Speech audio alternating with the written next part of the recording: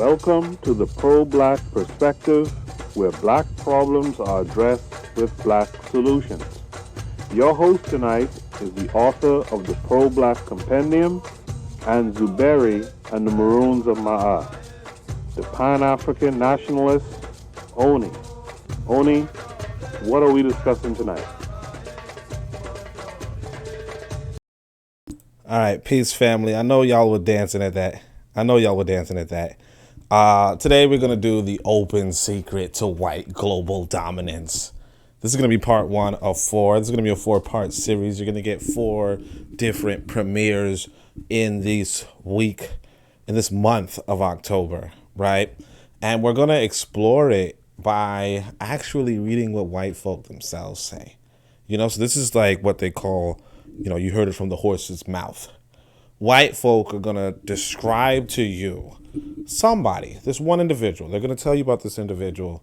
They're going to give you a little backstory of this individual, but I'm going to read it for you.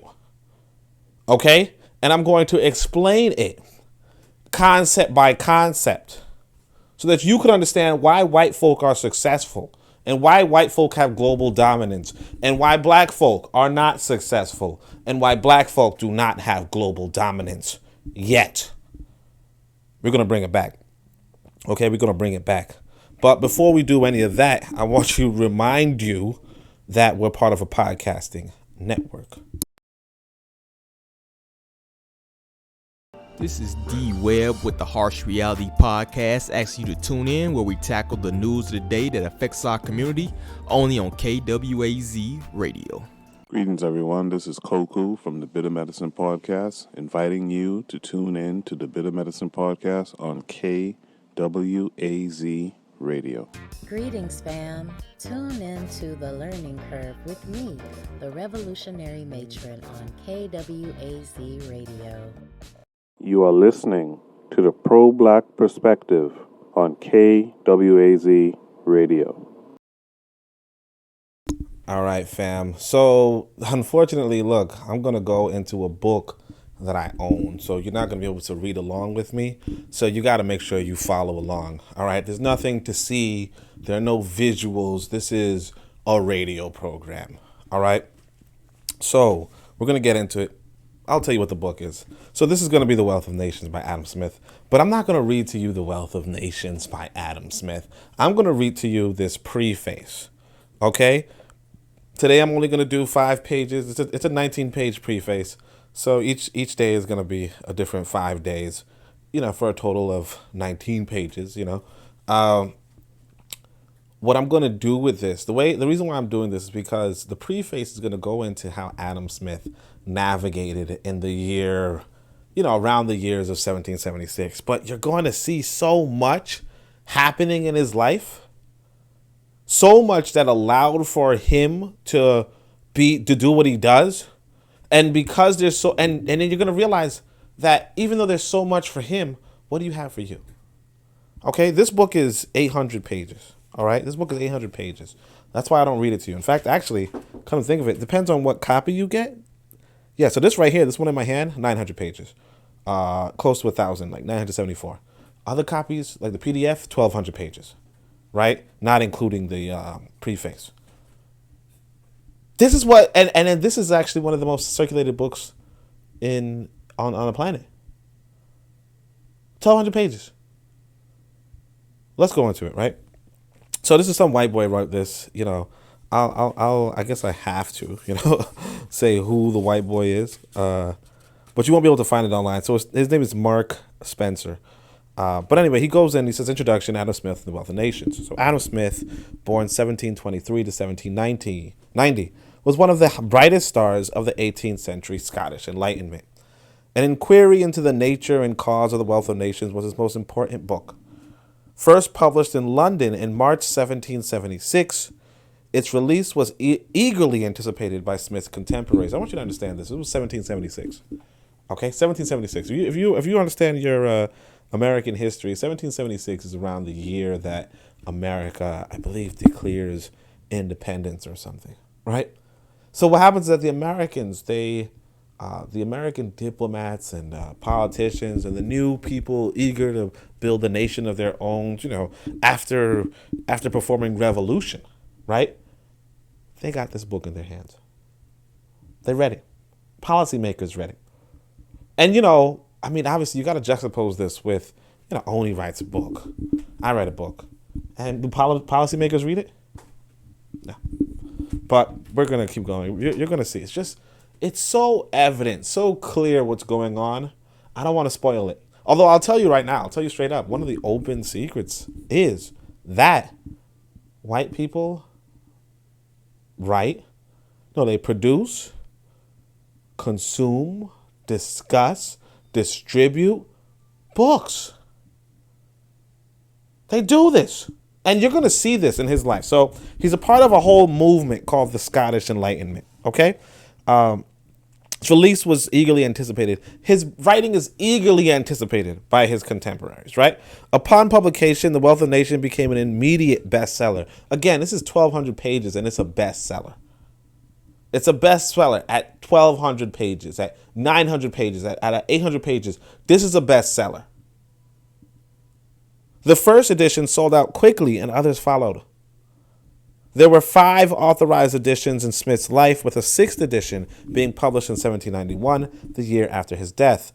During his lifetime, Wealth of Nations was translated into Danish, Dutch, French, German, Italian, and Spanish, with a summary appearing in Swedish. There were also 18th century pirated reprintings, including several in Ireland, the first in Dublin even before the end of 1776, and in America, Philadelphia in 1789, and then again in 1796, where Smith's book was to have a particularly notable impact, in part because the American colonies figured largely in The Wealth of Nations, and also because the book circulated during the years of the American Revolution, 1776 to 1783, and its aftermath. In the 19th and 20th century, The Wealth of Nations circulated globally with Chinese, Finnish, Japanese, Russian, and Turkish translations, among scores of others. Do you understand what I'm saying to you?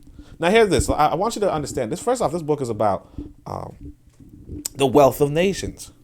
How a nation can become wealthy. Why are some nations more wealthy than other nations? Okay? This is an important topic. That's already one thing. Why are some nations more wealthy than others? How can we as nations be more wealthy than others? That's an important topic for a people to know, for a people to understand, particularly people who form policies. And yet, when it's done, this is 200, 300 years ago, right? 200 years ago. But yeah, when it's done, they're actively trying to get their hands on it. They're translating it, retranslating it. You're trying to figure it out. Oh man, I need to get this. I need to get this. I need to, whatever translation. I don't know. I can't speak English, so I'm gonna go Swedish, Portuguese, Frank, Turkish. We're gonna get this to our people. It's selling out. Everyone and their mother's reading it. Everyone and their leaders reading it. This is what they do. Then you say, what do you do? You got to juxtapose the difference. Even to this day, even if you were to say, you know what, we have history books, right? Which is not good. But you say, well, we have history books. What are they translated in? Almost every book the only books that actually are translated, I feel, are Job's. I couldn't really say because I don't speak any other language but English, which is already a problem, right? Already a problem. But the fact is that, destruction of black civilization, English. Job's books were in French, sure, but then they're also in English. Are they? One of the big questions everybody gets, right? Sometimes we ask, so I'm sometimes asked about Swahili, and somebody asks, well, what is a Swahili culture? What is a Swahili culture? That's the question I sometimes get. But the question I always ask is, what is a Swahili literature? I'm learning Swahili. Let's say I'm learning Swahili. What books are available to me? What other books are made available to me now that I know Swahili? Because the reality is this, that when I know Swahili, if I were to only know Swahili, a lot of books are now made unavailable to me. You understand? And even in the Black conscious movement. Now, obviously, I still have that ambition, that goal to translate my own books to Swahili. I have that goal. But I also realize that I don't know if there is even a book, even one of the, big classic Pan-African books that was translated into Swahili. The closest I can get to possibly that is I.E. Arma. Arma is a very serious African nationalist, and he sometimes would write his books to have multiple translations already in them. But of course, that makes them small books. They're not necessarily on this kind of a subject, that the Wealth of Nations on. Or, like I said, the Book of Power is about power. Even if you were to go and say, hey, I like Amos Wilson's Blueprint for Black Power, right? Even if you were to say that, right? The reality is that you don't have a translation available in any other language. If you say, hey, look, I like Carlos Cooks, he's such a good person, blah, blah, blah. You don't have any of his book, his writing translated into any other language either. And we're not even talking about Swahili. If you say Yoruba, Akan, Twi, Yoruba, whatever, Dogon, whatever you want to say, whatever language you want to speak, none of them have this knowledge. But again, like I said, this is a 1,200-page book on wealth building, on nation building. And these white folks are circulating it. It's a bestseller. It's selling out. And it's translated in multiple languages. It's an open secret. Again, there's a quote in the African American community that goes, if you want to hide something from black folk, put it in a book. Right? And we laugh. It's like, it's so funny. You want to hide something from black folk, put it in a book. Oh, why would you write a book? That's the only way to hide stuff from people. Okay, you say all that. Guess what? That makes you dumb. That's the dumbest thing you could say. And you're proud of it.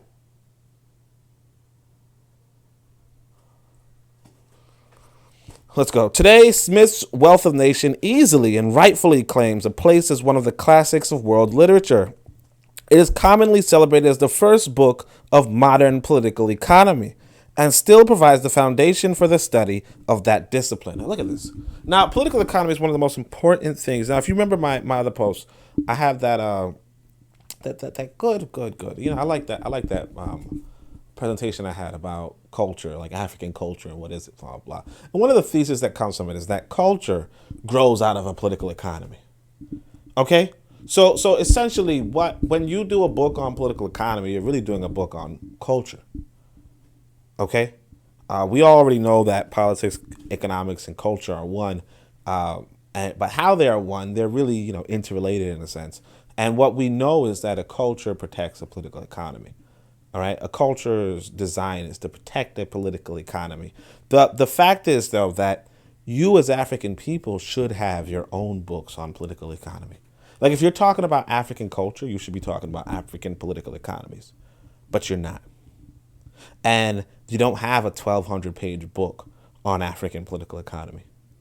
There's a brother, IT. I got to read his literature. I got to read it. I haven't read it yet. But he does talk about traditional African institutions. And look, you don't have to go back to traditional African institutions.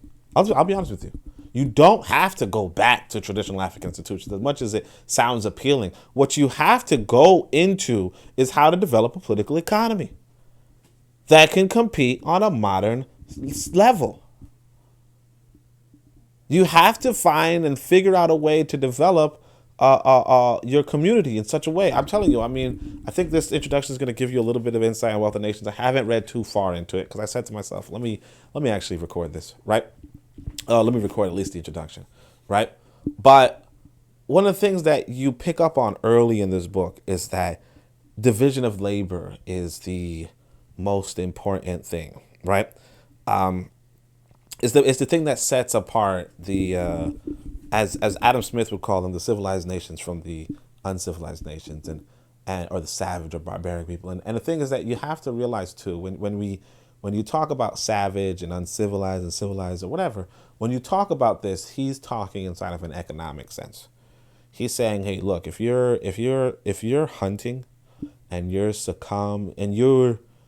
you're at the whims of nature, if you regularly experience famine and drought, and you don't just have a copious supply of food waiting and ready for you, you don't have a labor force that is uninvolved in agriculture, but is involving itself in manufacture almost entirely, and has an abundance of food available to it. If you don't have that, then he's going to call you uncivilized and savage.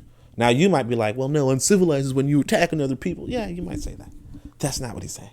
That's not what he means. And if you mistake that, you're going to get into trouble, because what you do want, when you talk about going into a political economy, what you do want is to not be subject to famine and drought and all those other things. You don't want to be subject to hurricanes and tornadoes and floods and what have you. In the Nile Valley, one of our great civilizations, the Nile Valley, there were floods, regular floods of the Nile, right?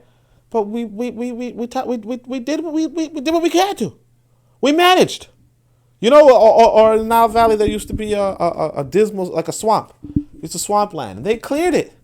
They did terraforming. That's what you call civilized. That's what you call advanced. Now, there are people who are living in the swamp, right? And you don't call that civilized. Now, they might have been well behaved. They might have said, hey, good morning, how are you? They might have said, thank you very much. They might have not gone around and killing anybody. Sure. And, you might be like, why am I calling them savage? They seem like they're civilized. Yes, they do. Yes, but you're mistaking the meaning of the word.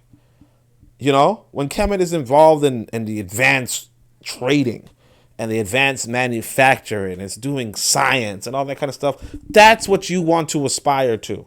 In the Book of Power, we discuss higher and lower African culture. Okay, that's how we contrast them. And you have to understand that that's what we have to start looking into.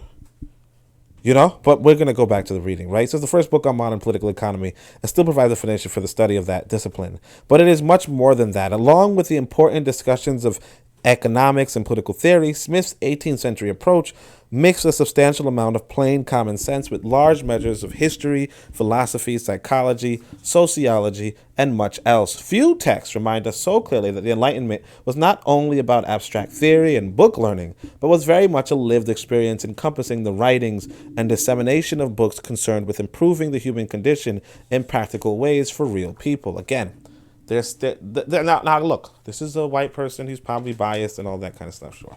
Okay? But you got to say to yourself, do you have this tradition? Again, just remember this. White people have universities where they study, they read hundreds of pages. Okay, they read hundreds of pages thousands of pages of books over a matter of years before they can qualify to work in any sort of discipline. And they employ themselves to partake in this division of labor. And maybe, hopefully, I'll probably go into what this division of labor is. I'm going to just look inside this book and see if they have the direct quote, from the introduction, so that I can possibly justify whether or not I will go into that now or later. Whether or not I'll go into that at all. So I'm just going to look around inside of the description. Yeah. So I think, so eventually we're going to go into that. And I really don't want you to miss it. Like, I'm pretty sure we're going to go into it, right? I don't want you to miss it. So let's just see if I can. Let me just double check. Yeah, hopefully we'll get into it. But the idea, of course, of division of labor is that, you have people who are working together, intelligently organized to work together and do things that you cannot possibly do if you were not working together and working intelligently together. All right, that's what it is. And so they're writing on how to just follow what I said, improving the human condition in practical ways for real people. They are really concerned. They study how to improve the human condition. And again, if you follow majority of what quote unquote black leaders, black writers, black authors, or whatever are talking about, it's just some victimhood. It's not about improving the conditions. It's about, oh man, we went through some really bad stuff before. We really suffered once upon a time, and oh man, these people owe us. They should give us X, Y, Z. And it's like, look, again, you have to understand they are going about improving the living standard of their people, and you might benefit too. Like here, you're logged onto the internet right now, right? If you're logged onto the internet or however, you're hearing my voice somehow. Somehow you're hearing my voice. Why? Because they set out to improve their living conditions, not because you did anything, not because your people did anything independent of them. They did things independent of you, right? They did things independent of you. They have schools that if you participated, they have schools where you studied how to serve them. You read through their collective wisdom or their collective knowledge.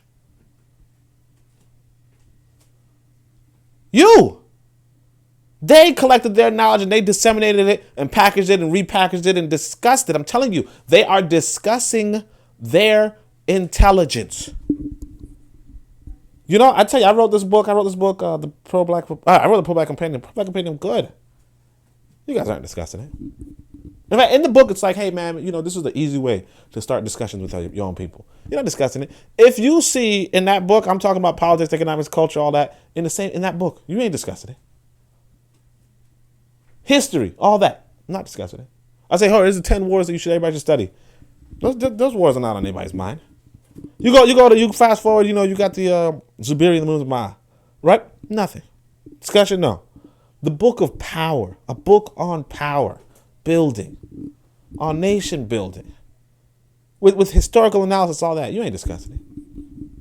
But see, white folk, they're like, hey, look, this white boy, 200 years ago, wrote about economics. What about political economy? We gonna make sure this dude sell out 6 editions, 20 translations, pirating it, and again, it's a 1,200 page book. But then you weren't like, man, why are they ahead of us? Man, we built their wealth. How you build their wealth? Did you write about how nations are wealthier than other nations? Did you study that? Did you disseminate that? Did you discuss that? Were you a part of that political process about that policy making? Because if you weren't, then how did you build it? You think because you put up a brick that you set up the whole food industry in America?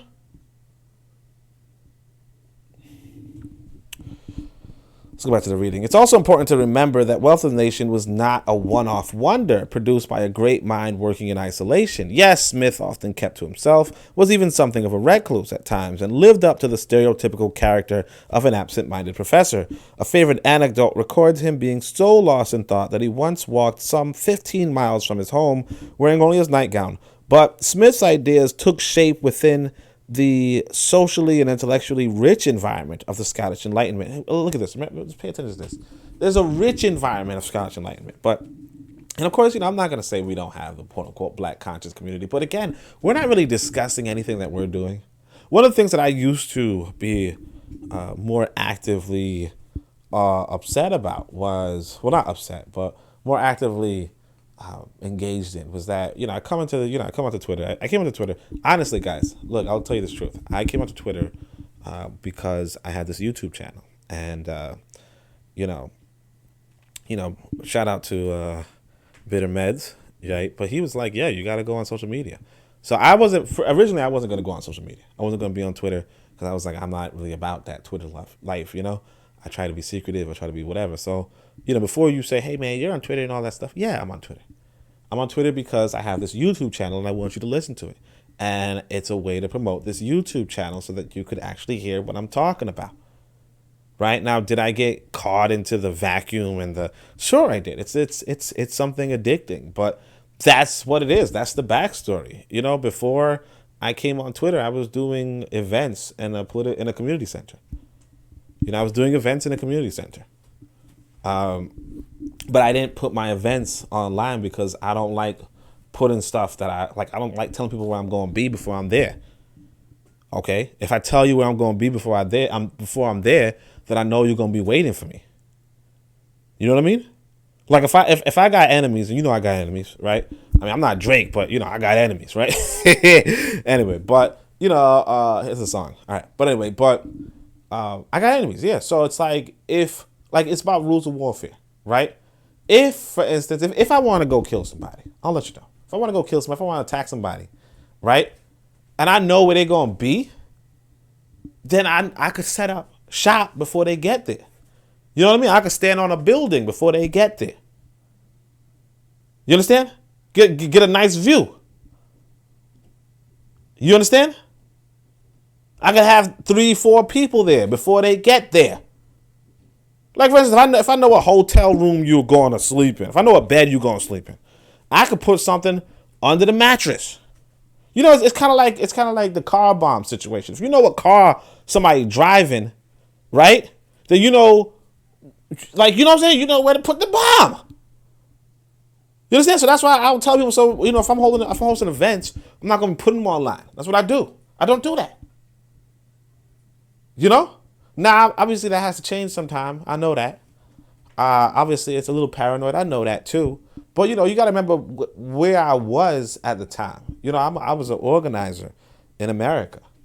You know, America has this huge history of COINTELPRO. So, you know, it is what it is. But anyway, but yeah. So you could talk about. So one of the things I had an issue with in social media was that they, like, you know, everybody was just posting up videos. They're like, oh, look at what this person said. You know, oh, Dr. Clark said this and blah, blah, blah. You know, everybody just, yeah, man, that's great.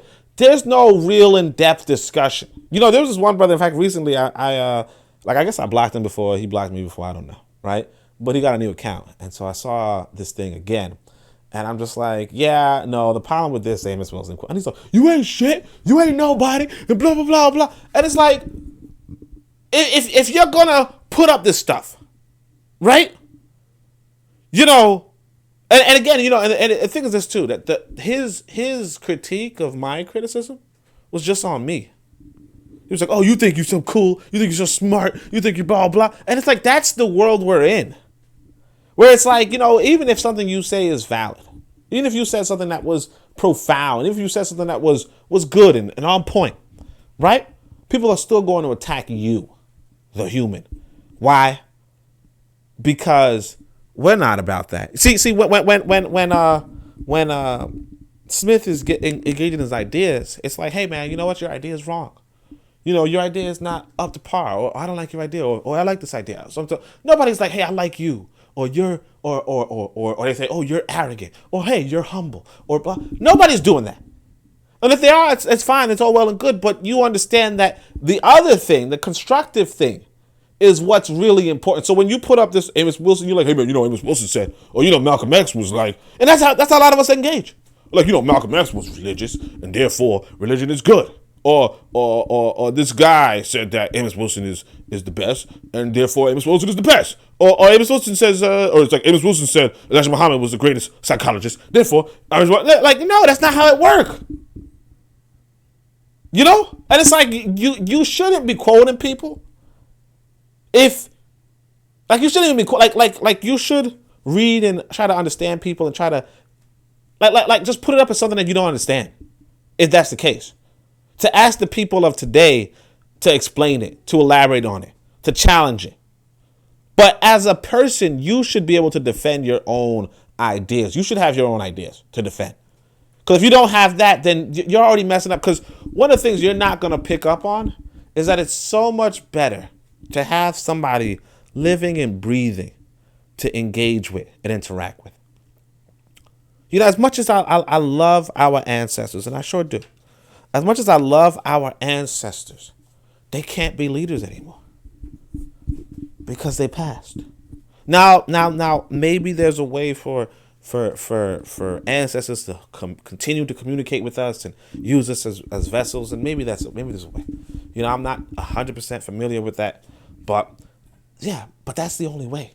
But outside of that, you and I, we have to be the leaders of our race, and therefore, it behooves us to use them entirely as our method of communication.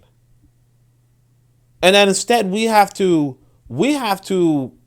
either be the, like, you know, as the song goes, change the leaders or lead the changers. All right, we have to change the leaders or lead the changers. But let's continue, right? Yeah, so he was acquainted. So rich environment of Scottish Enlightenment. He was acquainted with almost all of the Scottish Enlightenment's greatest thinkers and writers, including philosophers, historians, medical men, geographers, artists, general men of letters, and merchants. Now, again, remember this. Like, do we have that? Like how much are we in communication with today's greatest thinkers and writers, including our philosophers, historians, medical men, geographers, artists, general men of letters, and merchants? How much are we really engaged with them? And how much are we, like, indulging them? You know, I told you there's this brother, Asar Motep, really impressive. You know, Adi Rafo, another very impressive brother. I used to say that those were the two best nationalists that we have, right? Most of us are not even familiar with these people. I'll give Asar Motep some credit. He has a YouTube channel and he's really engaging a lot of the top brass, you know, a lot of scholarship. But again, you know, the thing you're going to see in regards to Adam Smith versus someone like Asar or even someone like me, right? But the thing you're going to see is that this guy has the ear of the policymakers. You understand? He has the ear of the policymaker. And I'm not going to say that I'm never going to have the ear of a policymaker, right? But I could tell you I don't. A roll call of names would include his teacher, Francis Hutcheson, a one-time patron. So they're going to give you the years: 1694 to 1746. A one-time patron, Henry Holmes of Kames, 1696 to 1782. His physician, the chemist William Cullen, 1710 to 1790. Joseph Black, 1728 to 1799. Also a chemist and a mining consultant, James Hutton, 1726 to 1797. The founder of modern geology, James Aldwald, 1715 to 1764. MP and merchant, and Robert Adam, 1728 to 1792, a noted architect and speculative builder. And the distinguished professor Hugh Blair, 1718 to 1800, Adam Ferguson, 1723, 1816, John Miller, 1732 to 1802, and Principal William Robertson, 1721 to 1793. Of special note here is Smith's lasting and close friendship with his beloved David Hume. Okay, that was weird. 1711 to 1776, and later with Black and Hutton, who became his literary executors. Right? Smith also lived and worked in Glasgow, then the center of Scottish commerce, from 1751 to 1762.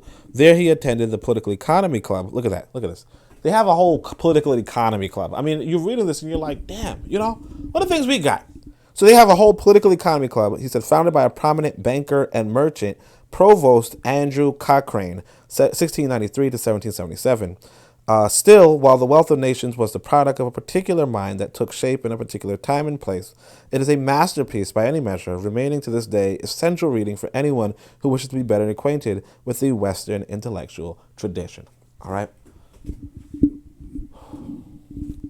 I mean, you know, a lot to unpack there, but here's this gentleman, and this is why I want you to know.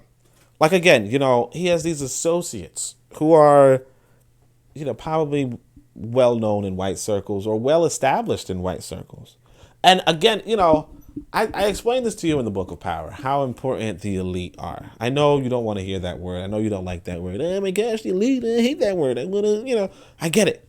You know, you were fooled by Wazungu. Okay? You were fooled by Wazungu. Let's just say it that way. But I'm kicking to you that here's this gentleman. He has these elite relationships. He's a part of elite circles.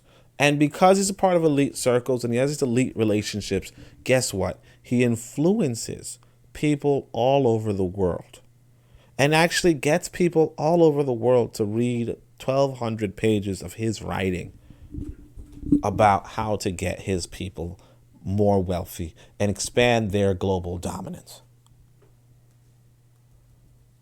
You understand? and white people succeed where black people fail.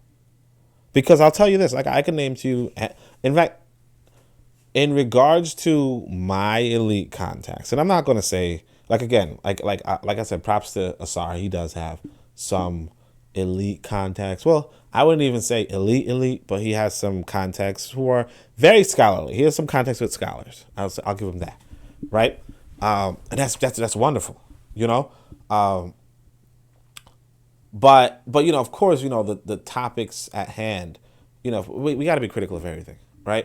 The topics at hand, particularly in the black circles, tend to not really focus on developing wealth, tend to not really focus on global domination, tend to not really focus on global dominance, or even, just to keep it simple, trade. Okay? Sure, you can go into, you know, in Asar's case, I could tell you, you know, he might go into linguistics and language and, you know, how civilizations used to be and so on and so forth. And look, that's fine. That's good. But it's not necessarily global dominance. You know, if white people only talked about, let's give an example. If white people only talked about the Vikings and how the Viking economy was and how Vikings did this and Vikings did that and how Vikings were really related to this people and that people, if they were only doing that, right? If they were only doing that, they would not be where they are today. They won't. They won't. And so, you know, that's one of the things that we really have to get for our people. You know, one of the words I really want you to get is this word called value. Value is subjective. Value is subjective. A person is more or less valuable based off of subjectivity. You know, there's this white scholar that I was being told, you know, I can't really say nothing about because, you know, he's, you know, like he is the heir of Obama and Bill Gates and all that kind of stuff. And I don't. And it's like, yeah, sure. Because one of the things that you have to realize, and, you know, is that depending on what you're talking about, you have value to somebody. You know, if I'm talking about, I'll give the example of the white guy. He's talking about, I wonder how do you summarize it? I guess he's talking about artificial intelligence, and how artificial intelligence is going to impact how the economy operates. And now, obviously, this is something that Karl Marx was talking about himself too, but it's a valuable thing for politicians and people into computers to talk about, right? It's valuable for somebody to think about that. It doesn't have the same value depending on what circle you're in. If I'm talking to hunter-gatherers, for instance, it's not valuable. Or if I'm talking to agriculturalists, it's not valuable. If I'm talking to stonemasons, it's not valuable per se. If I'm talking to leaders who are trying to implement artificial intelligence in their economy, it is important. It is valuable. So value is very subjective.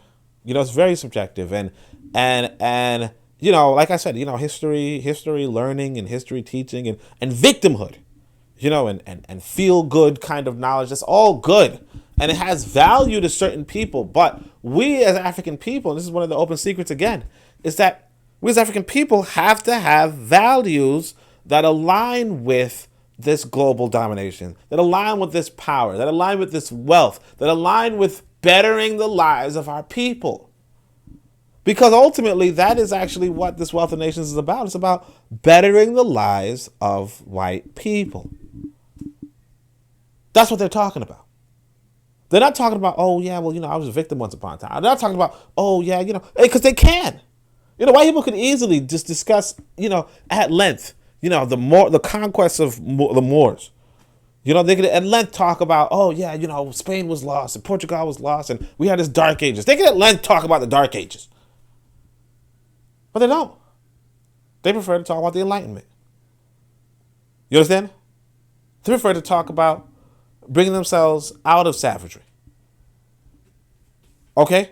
They prefer to talk about how to advance technology and industry and mechanization and tractors and the cotton gin. That's what they want to talk about. And they talked about that to everyone. They open up schools and say, hey, look, this is what we do. And it's really, again, it's the open secret. It's like everybody knows this. But I want you to really follow with this literature. So hope you're enjoying this. If you're enjoying this, make sure you drop a like and all that kind of stuff, right? And if I'm in the chat, make sure you say hi. All right. Well, let's go. Adam Smith says precise date of birth is not known. He was baptized on 5th of June, 1723, in the bar of Kilcaldy in the east of Scotland on the Fife coast between the centres of Edinburgh to the south and St. Andrews to the north.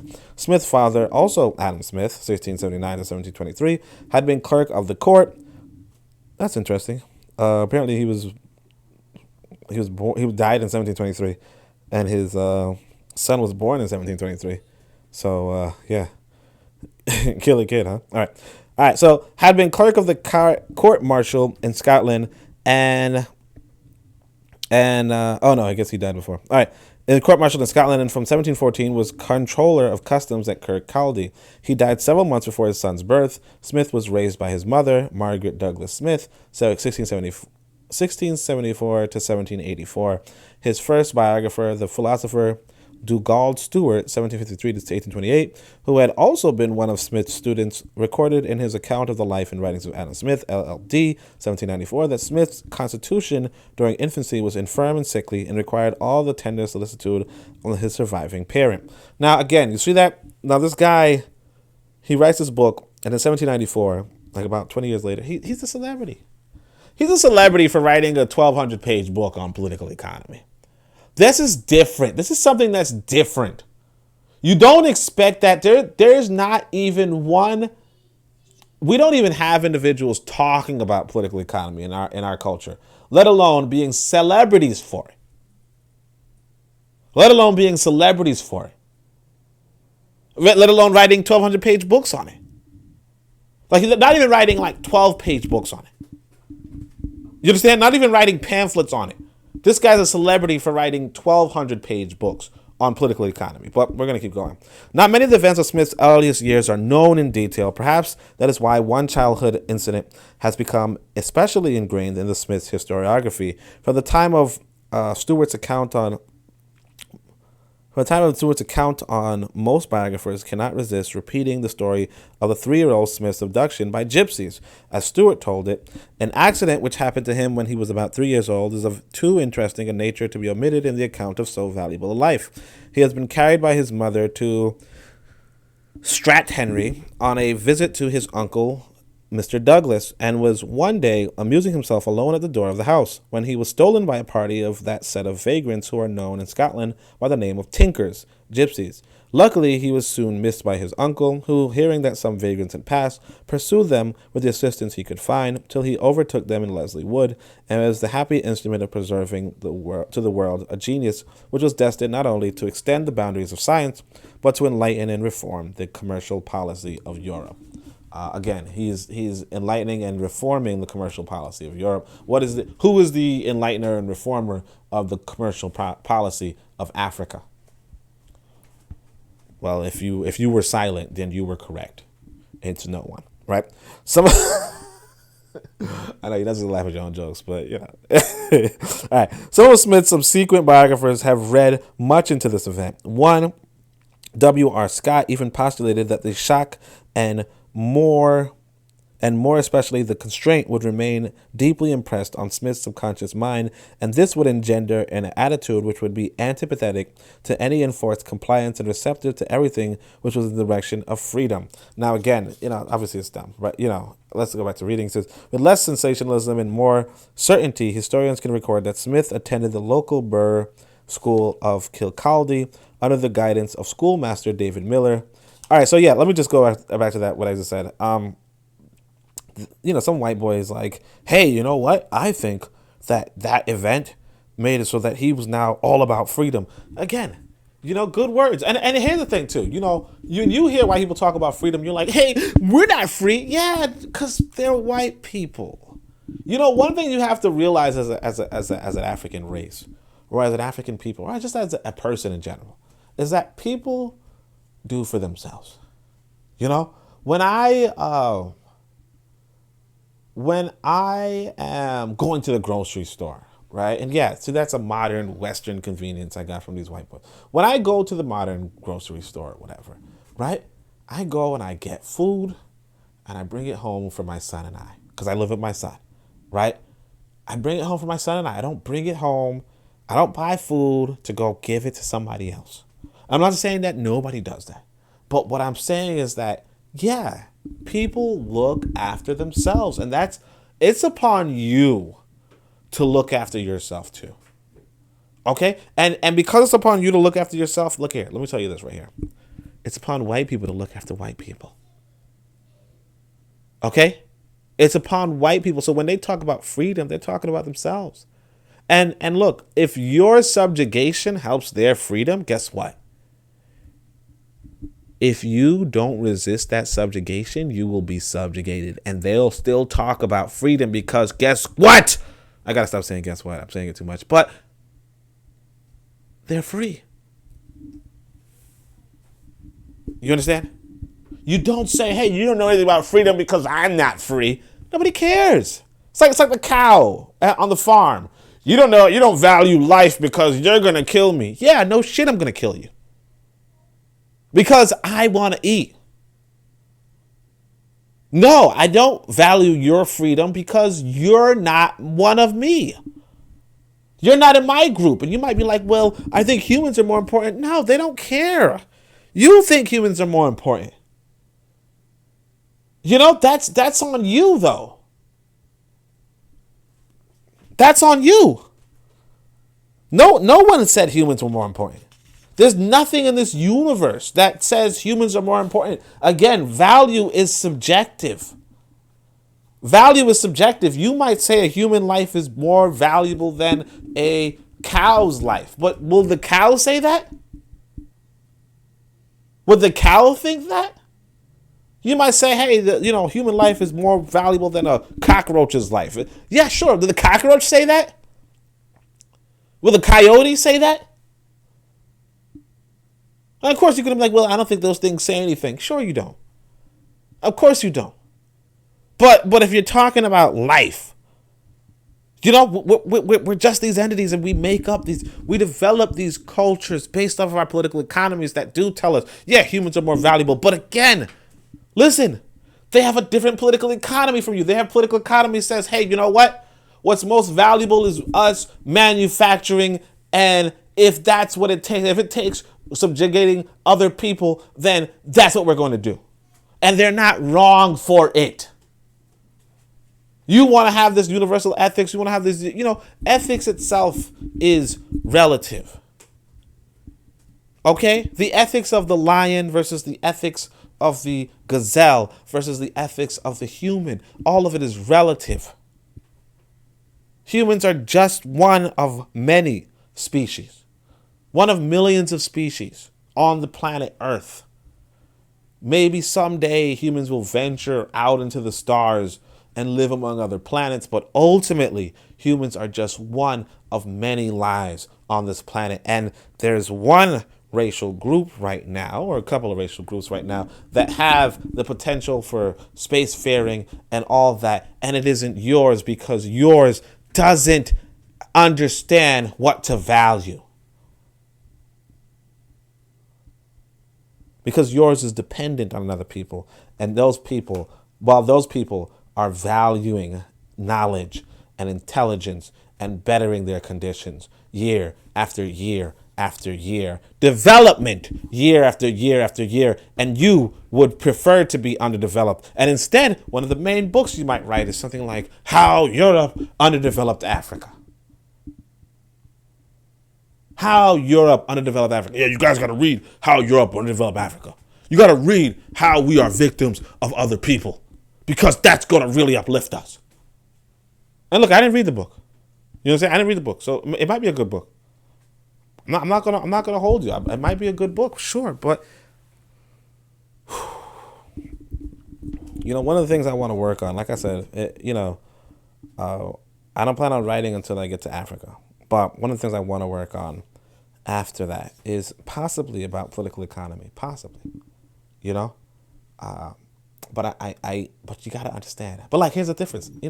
I already know there's no anticipation. I had a couple of anticipation when I was writing the Book of Power. I was gassing it. I was like, yeah, man, it's gonna be the best book. And I had some anticipation. People were like, yo, we can't wait for you to write it.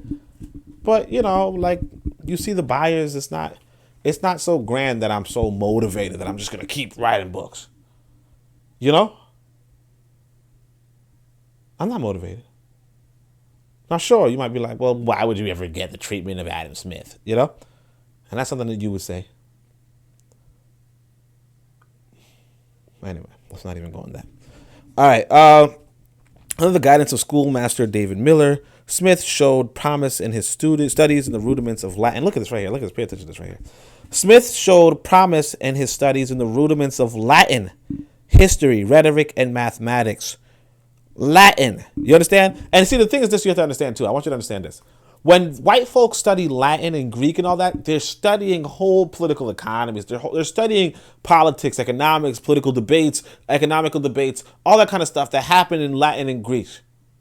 And they're studying a language so that they can communicate to one another in a way that is and their quote unquote intellectual language. They are doing this actively. And they were doing this 200 years ago. And to this day, listen to me. To this day, African people don't. There was I think Bit of Medicine pointed out, right? Coco at a Bit of Medicine. He said that he was reading something and he was like, you know what? There's not even a secondary school that teaches in an African language in Africa. You understand? It is not secondary, tertiary school. Definitely not tertiary, obviously. But there's not even a secondary school that teaches in an African language. Meanwhile, these white folk, even 200 years ago, were studying the older Western civilizations throughout their own education. All over. Because again, remember, this guy's in Scotland. He's not in England. He's not in France. He's not in Germany. These big three that we know of today. He's in Scotland. So as far as Scotland, they're studying Latin. Like, we all, man, these white supremacists, blah, blah, blah, they're all from England, blah, blah, blah. The people that have got nothing to do with us. Like you don't even hear anybody complain about Scotland when you're black. They might have some stuff and you might, look around for it, but you ain't really worried about them. Point is that even they are studying their ancestors. Meanwhile, I don't know Mother Nature. I don't know Swahili. I'm not a part of no school to rush to learn this. The black folk who are going to these exclusive schools, exclusive black, they're not really learning this stuff. Not on the secondary, tertiary level. Even in Africa, they're not even learning when they know their own languages. If you know Twi in Africa and you go to school, it don't mean nothing. There's no writings. There's no blueprint for Black Power. There's no Book of Power. There's no nothing. Nation building. Claude. There's no Claude Anderson. And I mean, it's all American, so I don't really. Kwame Nkrumah's. I got this book right here, Neocolonialism. Kwame Nkrumah. There's not nothing. You don't have any of that stuff. In Twi. And of course, if you go into the school, you want to have an education that touches on, actually, not just on, well, like, look at the subject: history, rhetoric, mathematics, and Latin. And now, of course, he's learning this in Scottish or whatever, but he also has. Wait, hold on, is he Scotland? My bad. You know what? I made a mistake. Scotland is England, right? But anyway, sorry, I made a mistake right there. But I was thinking of that other place. But all the same, the point being that, like they're learning Latin, history, rhetoric, mathematics. Okay? Several who knew Smith comment on his particular ability to memorize. In November 1737, the 14-year-old Smith matriculated at Glasgow University. That was not an uncommonly young age to attend university in the 18th century. In fact, David Hume went to the University of Edinburgh at the age of 11. Now look at this. Pay attention to that right there. Listen to this right here. You see? He's at 14, he's going to university. Okay? What this tells you is this, and this is something that I really had trouble with myself when I was thinking about certain things, is that, like, for instance, when I was trying to design a African curriculum, and you're going to see it inside of the Book of Power, right? In the back of the Book of Power, we're talking about the different subjects that you would want to study and the initial subjects to form the basis of studying advanced subjects. And the initial subjects are something along the lines of like math, science, whatever, all that kind of stuff, right? But and the advanced subjects, so on and so forth. But I said to myself that the initial subjects are something that you could be taught in 3 years, like 3 to 4 years. And then you'd be ready to tackle the advanced subjects. That is, if you were to somehow really summarize these things in a matter of years. But the point being that, realistically speaking, in the West, we do 12 years, I think. No, like 12, 13, 14 years. Depends on you say pre-K and kindergarten. But 12 years. Like, all right, let's go to America. America, you do 12 years of primary and secondary education, right? And then 4 years of tertiary education, right? And those tertiary education starts at 17, 18, 19, 20. They are telling you that back then, you could have went to school as young as, David Hume went at 11, right? This guy goes at 14. The point is that you could handle advanced subjects, advanced topics at a younger age. And you're only, the thing that the public school system does is it only delays you to handling those subjects, possibly to bore you, I'm not going to give it any sort of big, thing. I mean, obviously one of the main things that it's about is childcare, just to have, it's like facilitating the labor force. The labor needs to work, but they can't work if they're at home with their kids or whatever. So you just have childcare and you let the kids sit down and pretty much do nothing over and over again, in order that they can, whatever. But the idea here is that you don't have to do that same thing. We might be like, hey, let's go educate our people in Africa. You could have African people graduating with advanced chemistry degrees at 14. If you have the will to say, you know what, this actually worked once upon a time, or this can work. But instead, you're like, no, you know what? We're going to wait till he's, 18, and then we're going to put him in 4 years, and then he's 20-something, and he's going through all this life and all these hormones. That's when, that's what because you're just following the white man. And I'm not saying that, if you do it now, you're not following the white man too. But again, we had initiations that were at a young age. People were adults at puberty. Now, obviously, like we still have some sort of sensibility. Yeah, it's not even that important. But you get what I'm saying. You could disagree with how young that is, obviously. That's worthwhile. But the point is to open up the conversation. Not even open up the conversation, sorry. The point is to freaking research it and express it to people in power. And to share and the political economics club and really get this thing going. It's really about changing this world. And sure, you might have an opinion, I might have an opinion, but who cares? Let's change the world. Because I don't really care, except for that we change the world for the better. But let's keep going. So, blah, blah, blah. So what classes he took are not known for certain, but probably included Latin and Greek, logic and mathematics, natural and moral philosophy. His most influential teachers were Robert Simpson, 1687 to 1768, and Francis Hutchinson, 1694 to 1746. And you notice this, that white people have all these teachers that, like, oh yeah, these people influenced me. Who are your teachers? Who are your teachers? And I mean, I'm grateful that, you thought, hey, maybe only you could be my teacher. Sure, you could say that. But I'm not. You ain't got no damn teachers. And that's a problem. But all right. The first was a very fine classicist and the first professor of mathematics to teach Newtonian physics in the college. Hutchinson, the professor of moral philosophy, whom Smith called the never to be forgotten, was a favorite with the Glasgow students from 1729 to 1746, partly because of his natural ability as a lecturer, but also for his kindness, gentle demeanor, and the modernity of his teachings, which were delivered in English.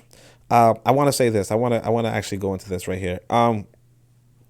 Again, you got to remember, this kid's like 14. He's 14 and he has this professor that is influencing him, or he has these professors on on physics and mathematics and all that kind of like on college level calculus, actually, right? So teach mathematics to use Newtonian physics. So he's learning physics at 14. You know, something I had to wait. You know, I was a astrophysics major. I told you guys this, right? I started learning physics at 17, right? But you know, and like I said, David Hume probably learning it at 11. And it's just something, you know, when you start explaining this to a younger person, you're like, oh, this is too young. Well, yeah. If you don't understand what the human brain is capable of, then sure.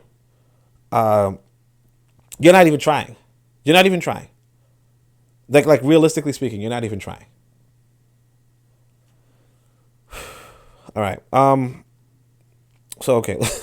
Smith did not agree with all aspects of Hutchinson's theory of the moral sense, as we will see, and in some ways, Smith's views of self-interest was closer to Bernard Mandeville's 1670 to 1733, whose Fable of the Bee or Private Vices, Public Benefits, 1714, he had probably read by the time he left Glasgow. So, in 1740, Smith entered Balliol College, Oxford, as a Snell exhibitioner, a scholarship designed to educate boys for the Episcopal. Actually, hold on a second. Before we keep going, I do want to remind you guys that we're part of a podcasting network. All right, and I'm gonna get some water, and I'm gonna go pay some bills. By the way, like I said, check out the Cash App if you haven't already.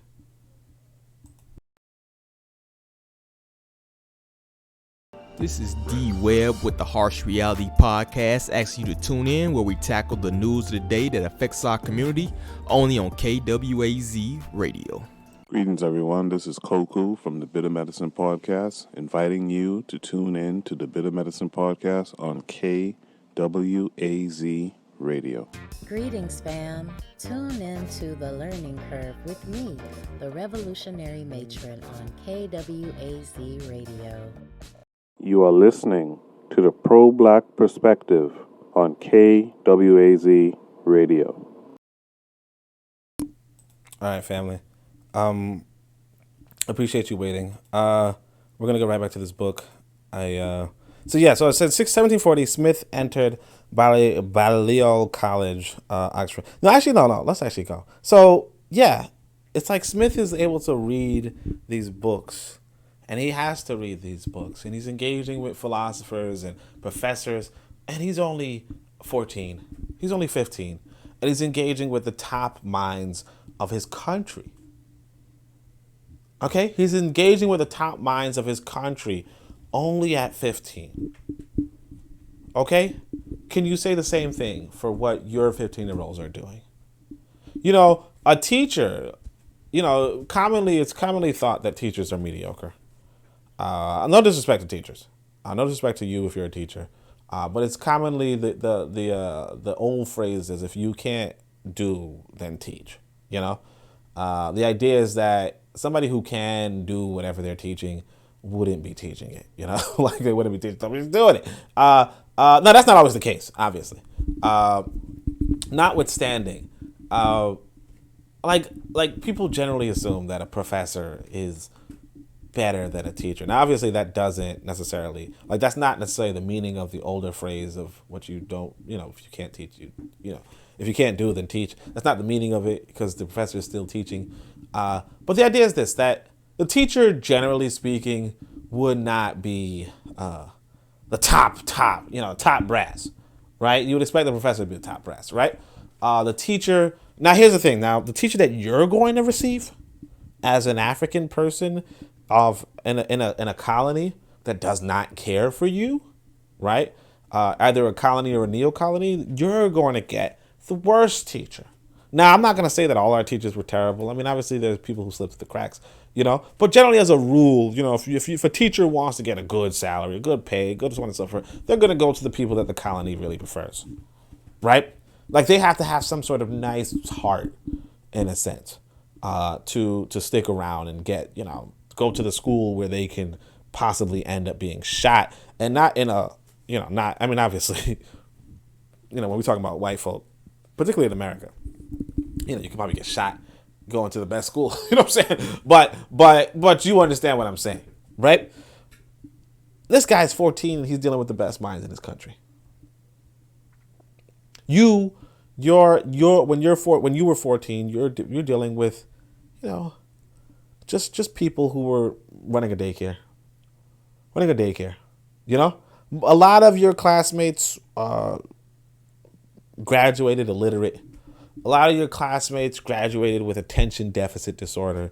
A lot of your classmates graduated with poor writing skills, poor math skills, right? That's by design. But of course, you expect that the people who go through that to compete intellectually with the people who at 14 are dealing with the greatest minds of their country.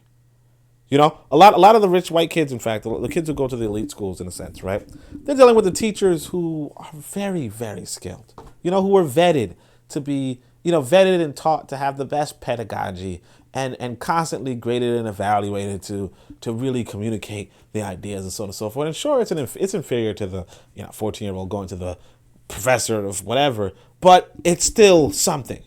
You never know. Like, there could be some teachers that have, like, some of the requirements for being a teacher is to have been a professor, or to have written a book, or to have a PhD. I remember some sister was telling me that somebody had some tutoring service, where the tutors were just,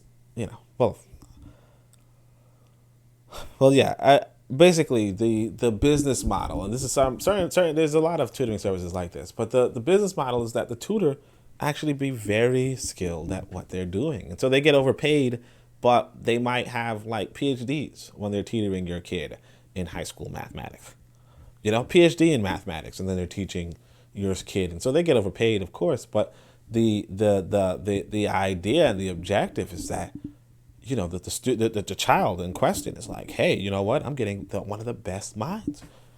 But again, that's, the school subjects, again, aren't necessarily as good as moral philosophy.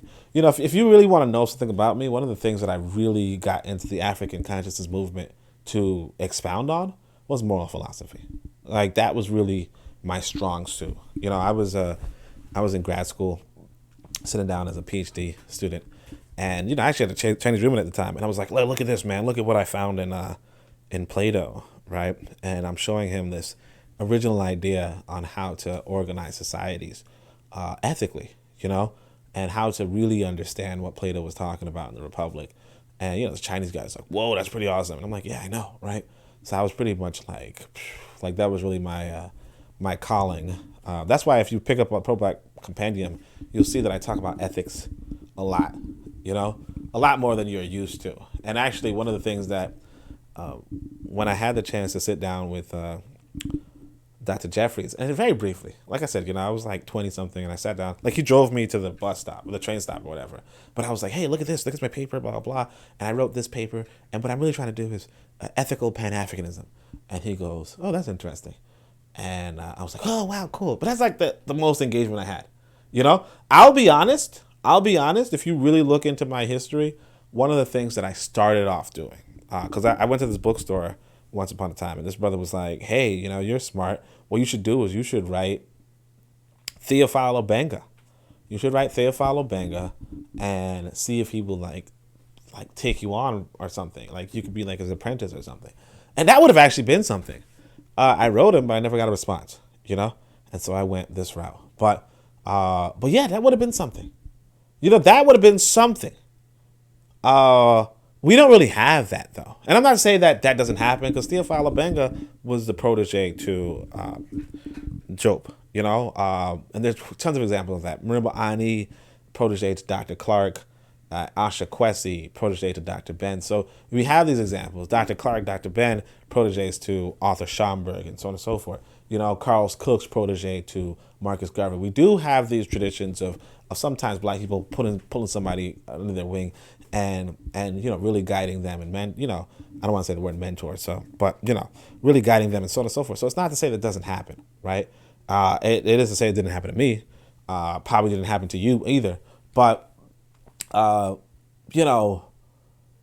what these white folk did, however, is that they built this institution where quite a few people could come through. And I want to just go a little bit off topic and say, that's one of the critiques I would have on Dr. Ben and Dr. Clark, in the sense that they were a part of the Schomburg. Like Schomburg did have an institution for people to study and learn and really get a grip of our story. And Dr. Ben and Dr. Clark did not have that kind of institution. So even though they inherited the legacy, they didn't continue it. I think Dr. Clark went into just being a teacher inside of the white boys' school, and so on and so forth. And that's one of the things you're going to realize, and we're going to go into that too, is that white folk finance their institutions and you don't. So if you can't finance your institution, if you're just doing a volunteer institution, that's fine. It's probably not going to be as significant and impactful as you want. Again, we're talking about the open secret to white dominance. So we're going to go into it. I hope you're sharing this. I hope you're sharing this with other people. And, if you appreciate learning more about me, hey, I appreciate you learning more about me too. But, it is what it is. But of course, like I said, get the books or do the Cash App, whatever it is. Show your appreciation. Show some love. All right. So anyway, in 1740, Smith entered Balliol College, Oxford, as a Snell exhibitioner, a scholarship designed to educate boys for the Episcopal Church. So this is actually pretty interesting. He's the church pays for his education, and you got to realize this too. This is what I talk about when I talk about Boko Waset Nakiro. You have this community center, and the community center is supposed to collect taxes, collect tithes. See, the church collects tithes, and then with those tithes, it has a war chest. Don't talk about worship, talk about warship, right? It has a war chest, and with that war chest, you can provide scholarships, among other things. But you can provide scholarships for your people, So this is what the church did. The church says, look, I'm going to collect taxes from the community, Everybody, pay your tithes or whatever. And now that you paid your tithes, we identified a bright young man, and we realized that he can do a lot in our service, right? Fortunately for white folk, Adam Smith doesn't go the church route. But notwithstanding, they put up the money. They put up the money and said, hey, look, you can now study in this university to study, for the Episcopal Church. You can do that. And that's how you're supposed to do it. We as an African people, we're supposed to have these community centers. We're supposed to charge our own people a little bit of money, whatever. Then we can provide ourselves. Well, I don't want to say money, but I'll just say you have to charge each other. And then we provide scholarships for our young and talented and bright and significant and valuable. Provide scholarships. Imagine this. I just told you guys about Adarwafo, Asara Matep. I told you about me. I told you about other people, active and available and all that kind of stuff. You could easily, if you had a scholarship, you could say, hey, you know what? I want to get people all over the world. Black thinkers that I noticed were great. And of course, it's better to get them young, obviously. But notwithstanding, if you even get them older, you say, hey, look, I'm going to pay you. See, the reason why you get them young, too, I want to say this, is that, like, when you're young, you don't have any occupation outside of studying, right? But notwithstanding that, let's just say, all right, let's pretend that we're all younger. Let's all pretend we're all younger. We're all bright, young people. And let's say we have somehow we have the same ideas or whatever, right? Now you pay us to go and study at a university together in the same classroom where we kind of, if you remember in college, you kind of compete with your classmates, because you're graded on a curve or something like that. So you compete with your classmates, right? And you make it public and you make the conversation vital and you make an instructor, who can challenge you, who has their own ideas and can defend it. You have a powerful instructor talking to the young people, right? For months. Okay, engaging the young people for months on whatever subject of social importance. You do that, and then what comes out of that process is a new, refined people. But you don't have that. You don't even collect tithes. You don't even collect taxes. You don't do any of that stuff. But of course, like I said, 20 years ago, He has a scholarship designed for educate boys for the Episcopal Church. So let's keep going. He was at Oxford for the next 6 years, departing on the 15th August 1746. So he's at university for 6 years without taking a degree and before the end of his Snell exhibition. Not much is known about Smith's life in Oxford either, but his memories of the university were not fond. And so here you go. You know, you're going to go into that, right? He says he may have experienced anti-Scottish sentiments and taken that badly. So, you know, obviously white folk, you know, we're not, you know, like you're in Oxford, you're like, yeah, we're about developing England and Scotland. I actually got to go look it up if Scotland is the country I'm thinking about. But yeah, he's like, he's not getting this, let me just double down. I'm just like, I'm not really into white stuff, but yeah, so Scotland's a part of the United Kingdom now. All right. So anyway, but yeah, like again, you know, you form an elite school where you're just like, yeah, you know what, F the other people, you know, and that's how it's going to be. That's how it should be. You know, you go to, like I said, the Oncobia, you know, the Oncobia have a school, right? You go to our school and it's like F the people outside, you know? Oh, you came from Europe? Well, F Europe. You know what I mean? Like, you get it. Like that's what it is. Because you want if you have an institution, if you have a learning institution to develop your people, to better your people, then you do crap on other people. You know, I actually heard a bit of medicine the other day. He's reading this book, nation building book. And there was this quote in there which says, cultural alienation is an age-old strategy of conquerors pioneered by our own Kemetic ancestors, according to Yosef ben Yakinen.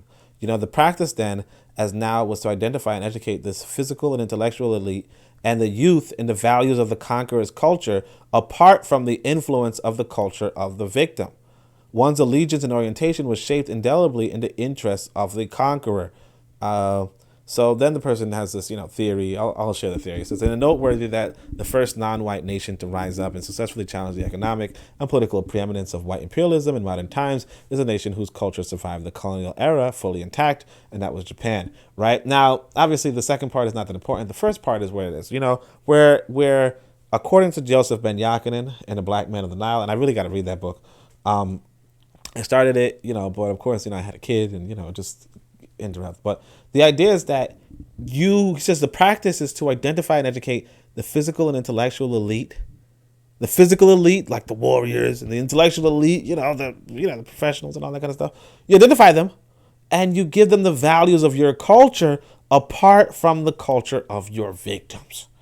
You know? So you're going to Oxford. So like he's saying, cultural alienation, he's like, look, when you're in Oxford, if England is trying to subjugate Scotland, right, then they're going to teach you to value English culture and look down on Scottish culture. You understand? And now when they're teaching you to look down on black culture, you're like, oh my gosh, everybody has something wrong. Like I saw somebody write earlier, they said, you know, every people have something bad to say about, like, have a negative slur, a negative racial slur for black people. No, every people who have any damn sense have a negative slur for every other people besides from themselves. You understand? Every other people has a negative slur for every other people because that's how you maintain your culture. You know, people didn't get that when I did my other lecture, but, you know, I'm not even going to go into that. But people don't get that, yes, you do put down other people. Because if you don't, you're going to end up with a massive confusion. You know, if you're in England at the time, and if you're in the elite school for Oxford, the elite school for white folk, right, in England, and you're teaching, well, yeah, Scotland should be free. You're thinking Scotland liberty to your elite, then all of a sudden, when the people, when the elite get of age, they're advocating alongside the Scottish, and that's not something that you want. But you don't get that. You don't get that. For some reason, you don't get it. I don't understand. Again, this is the open secret to white success. You know, you don't get it, that's fine. But I'm letting you know. I actually got to remember that because this is recording. I might actually be taking up quite a bit of data. But all right. So he's not known, he's not fond, and blah, blah, blah, taking that badly. More certain is his appraisal of the intellectual climate of the institution In his first extant letter, Smith wrote from Oxford to his cousin, William Smith, that it will be his own fault if anyone should endanger his health at Oxford by excessive study. Our only business here being to go to prayers twice a day and to lecture twice a week. Basically, this guy is at this Oxford study, and he's like, yo, this is inadequate. Okay? We mostly pray, and we barely get into lectures, right? Look at this. I mean, just understand this, right? Even though that's inadequate, twice a week lectures, even though that's inadequate, prayers every day, but you understand that it's still better than what you have. You could do so much more. But even something like that, even something like, hey, you know what? I want young people to get involved in 2 lectures a day and 2 lectures a week and at least daily prayers, right? Twice daily prayers, right? And prayer is just, pretty much, prayer is a way of looking at white people as divine. Like looking at your own people. Well, if you're white, then looking at your own people as divine. It's just a white divinity thing, where what have you. So it serves as propagandistic purposes because, you get this connection with other white people, but particularly with your white people. In Africa, one of the things that we have is that, I pray to Oduduwa. Oh yeah, I pray to Kamfo or something. Not Kamfo, but I can't remember the name. But I pray to Legba. I pray to when you have all that, right? It takes away. It's like, oh, we're not praying to the same people, right? It solidifies you as separate people. Whereas what white people had was that they were like, oh, well, I'm praying to Jehovah. Oh, you too? So am I. Oh, well, I think Jehovah did this. Well, I think Jehovah did that. Oh, I think Jehovah, but they're all doing the same thing. Again, this is like another, but it's not, like, I wouldn't even encourage this one, to be honest. This one's, just what it is. Real talk. If you really go into what African Ourstory is about, I would say we're all really praying to Amun. And in fact, if you really look into what white people do, they're also, like, they end their prayers with Amun as well. And that's the Muslim and the European and the Christian. But notwithstanding that, I do, that's just something to touch on. But like the main thing I was trying to highlight here is that, it wasn't even that serious. The educational thing wasn't even that serious, but they still did it. He was there 6 years, right? He was there 6 years.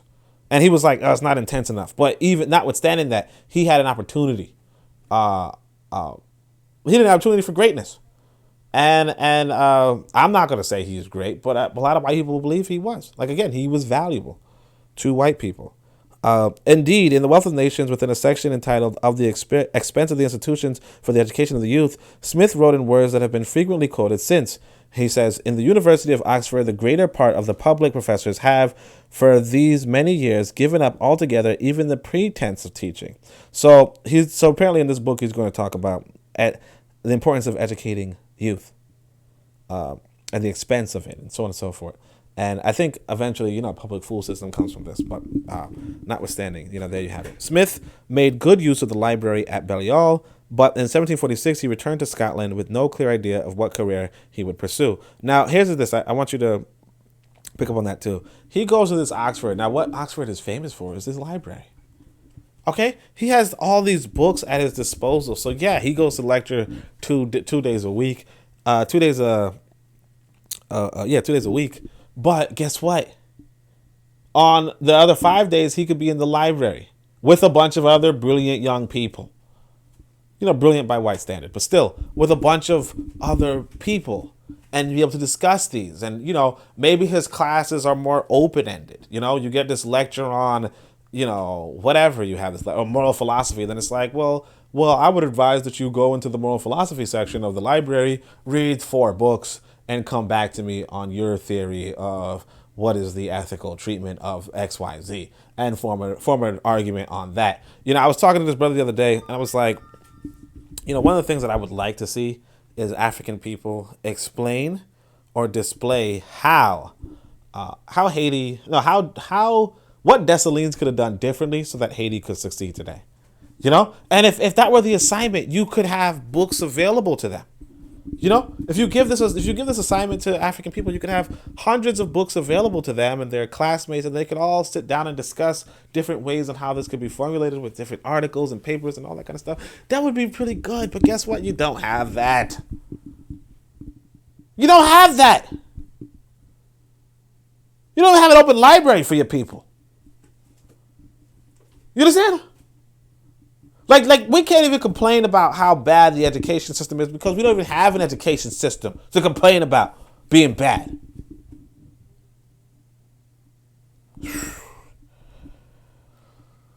All right, so Smith made use of the library at Balliol, but in 1746 he returned to Scotland with no idea. All right, so by 1748 Smith had moved to Edinburgh, the center of the Scottish Enlightenment.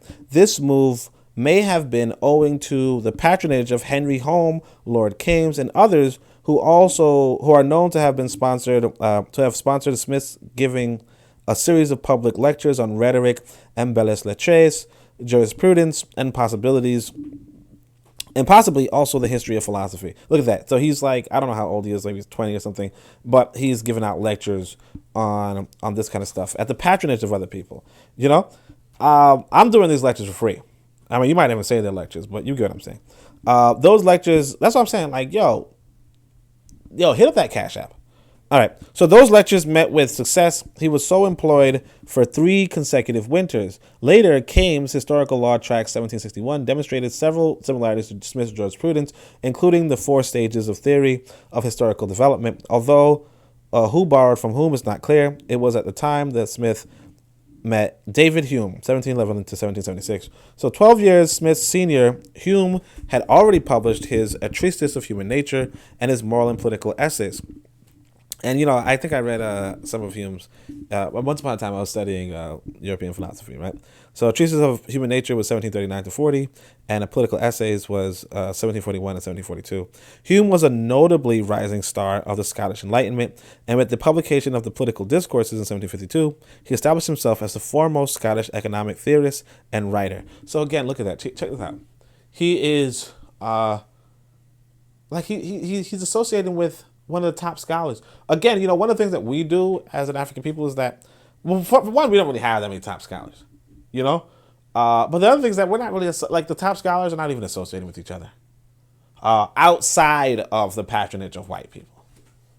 You know, outside of the patronage of white people, we're not even associated with each other. And maybe I'm just saying that because nobody's associated with me, but like, and maybe you're just like, hey man, but brah, you ain't no top scholar. You don't have the Book of Power. That's all I'm going to say. If you think that, then you don't got the Book of Power. All right. All right. So Hume had already begun to think about his. And look, don't take everything too serious. All right. Just a guy doing a podcast. All right. History had already begun to think about his multi-volume History of England, 1754 to 1762, a bestseller which Smith would cite several times in The Wealth of Nations. Hume's intellectual influence on Smith's developing thought is unmistakable. Smith's theory of the imagination, for instance, may be traced to Hume's writing, as is true of many of his economic theories. Smith also built on Hume's notion of sympathy. In his treatise, Hume wrote that sympathy makes us partake of the satisfaction of everyone that approaches us. He explained that the pleasure of a stranger for whom we have no friendship pleases us only by sympathy. Wherever an object has a tendency to produce pleasure in the possessor, or in other words, is the proper cause of pleasure, it is sure to please the spectator by a delicate sympathy with the possessor. So again, you know, here's this white boy talking. I mean, you know, obviously he's just talking, but he's talking about something like sympathy, you know? What's interesting about this, I want to say what's interesting about this, is that when we talk about sympathy, right, as African people of the modern world, we don't really think about it. What we do is we just quote it in the dictionary. We say, hey, you want to just look at the dictionary. Look, this is what it says. You know? In fact, I remember a couple of times having conversations where I would use a term. People say, oh, you're wrong because look at the dictionary. You know, this is what it says in the dictionary. You know, this is what a white man says. You know, it's called an appeal to authority, but basically, you know, white people once upon a time didn't have, like, they might have had dictionaries, or maybe they didn't. I don't know. But instead of having dictionaries, they were like, hey, look, let's think about this. Let's think about what we're talking about. Let's try to define things for ourselves and really work through those definitions. We don't even have that today. You know, it's just a different And of course, you might say, well, and actually, yeah, there's no excuse. There's no excuse. There's no excuse. There's really no excuse. I wish I could make an excuse, but there's no excuse. We don't even have it like that. We just don't. Like, this is just a basic thing, sympathy. And if our conversation even touches on it, it's, oh, well, let's not even go into it. All right. We have no friendship. Perhaps pleases us only by sympathy. Both learned from their readings of Montesquieu, 1689 to 1755, and found common ground when it came to thinking about politics in relation to commerce and recognizing broad historical trends. Again, you see that politics in relation to commerce. That's what I was telling you guys before in regards to political economies politics is derived from economics and culture is derived from politics, And of course, like I said, Jeffrey has talked about the same thing. And I have it inside the Book of Power. All right, so Smith premised that the development of global commercial relations in the 16th, 17th, and 18th century was emerging as a defining feature of the modern world is humane and shared by other Scots at the time. The environment of Edinburgh was stimulating to Smith, and it was from this time that we can date some of his earliest publications, including several anonymous pieces. For instance, in 1748, he contributed a preface to poems on several occasions, a collection by William Hamilton of Bangor, a Jacobite poet who was one of Kane's friends, that had been printed by Robert and Andrew Fowlis in Glasgow. So that's I hope you're enjoying this. I hope you're liking this. This is only part 1 of 4. Those are 5 pages, and for that I do thank you for listening. All right, I'm going to go into the next 14 pages over the next 3 weeks. So bear with me, right? But yeah, you like already you could see quite a bit in Adam Smith's early life that they were doing quite a bit institutionally for this person to develop and profit and flourish among his people. We don't see the same for us because let's face it, how we're living versus how they were living it's almost a shame that 200 years ago their independence looked so good, and our independence, or really our dependence, is terrible. If we have independence, it's terrible. But for the most part, a lot of us, like look at me, a lot of us are in this dependency. We have this white boy, filter our water, power our homes, launch the satellites for our internet. And what we have to show for it is minimal. So I do like this so far. I hope you like it as well. If you do, like I said, pick up the Book of Power. Drop a comment, put some money in that Cash App. I want to go out and explore and research the world. And I'll do it on my own pocket. But if you feel like it's beneficial to hear from my voice, then be a patron. Say to yourself, hey, look, you know what? I value this. Sorry. I value this. Here's something. And what's more, I want this all as well. I want you to understand this as well. Share the video. I know a lot of you times. Sorry, I had to cough. I know a lot of times people don't share stuff, but if you think this was valuable, please share it. But other than that, I appreciate you listening. This is only part 1 of 4, so hopefully you can check in next week and the week after and the week after. But other than that, thank you so much for listening. Of course, if you want to be a part of KWAZ Radio, just drop me a comment and I'll forward you to the right sources. But outside of that, Shem Hotep, Anku Jas Neb Neb, Amen, Ma'at, Dua Necher.